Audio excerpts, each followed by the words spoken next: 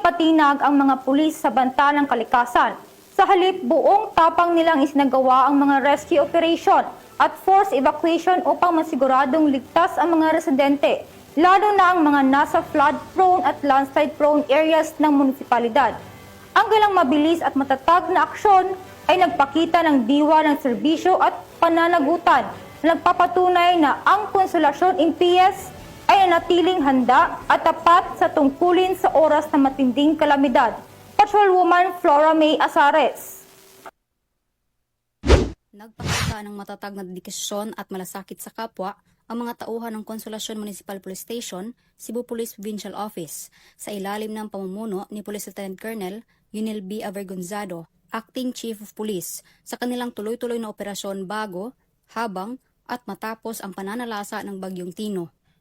Mula sa paghahanda hanggang sa search, rescue at relief operations, mahigpit na nakipag-ugnayan ang Konsolasyon MPS sa lokal na pamahalaan nito at iba pang ahensya upang matiyak ang kaligtasan ng mga residente at maagap na matugunan ang mga pangangailangan ng komunidad. Sa kabila ng kakulangan sa kagamitan at panganib na dulot ng malakas na ulan at pagbaha, patuloy na nagmomonitor ang mga tauhan sa mga apektadong lugar, tumulong sa mga residenteng nasa peligro at tiniyak na lahat ng hinaing ng mamamayan ay naiparating sa tamang tanggapan para sa agarang aksyon. Kasabay nito, nanatiling mapayapa ang buong bayan sa pamamagitan ng regular na pagpapatrolya at visibility operations upang maiwasan ang mga insidente ng looting at iba pang kriminal na gawain habang nananalasa ang bagyo.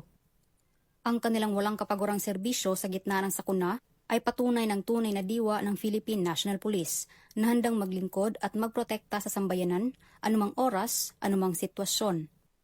Mula dito sa Central Visayas, ako ay inyong Police News Network Correspondent, Patrolwoman Flora May Azares, alagad ng batas, tagataguyod ng Balitang Pulis.